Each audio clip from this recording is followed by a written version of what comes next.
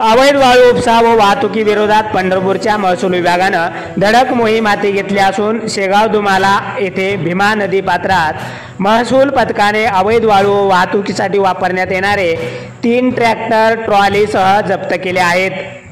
तर शिरढोण येथे भीमा नदी पात्रात एक लाकडी होडी नष्ट करण्यात आली असल्याची माहिती तहसीलदार सचिन लंगुटे यांनी दिली। पंढरपूर तालुक्यातील अवैध वाळू उपसा रोखण्यासह वाळूची अवैध वाहतूक करणाऱ्यांच्या विरोधामध्ये कारवाई करण्यासाठी जिल्हाधिकारी कुमार आशीर्वाद व प्रांताधिकारी सचिन इतापे यांच्या मार्गदर्शनाखाली तहसीलदार सचिन लंगुटे यांनी पथकांची नेमणूक केली।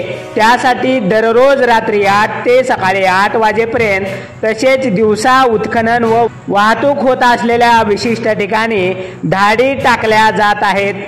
पंढरपूर तालुक्याच्या चंद्रभागेच्या काठावर विविध ठिकाणी वाळू चोरी होत असून या वाळू चोरीला ज्या पद्धतीने लगाम घालण्यासाठी महसूल विभागाने कंबर कसले अशा पद्धतीची कारवाई सातत्याने होणं गरजेचं आहे, हेही तेवढंच सत्य आहे।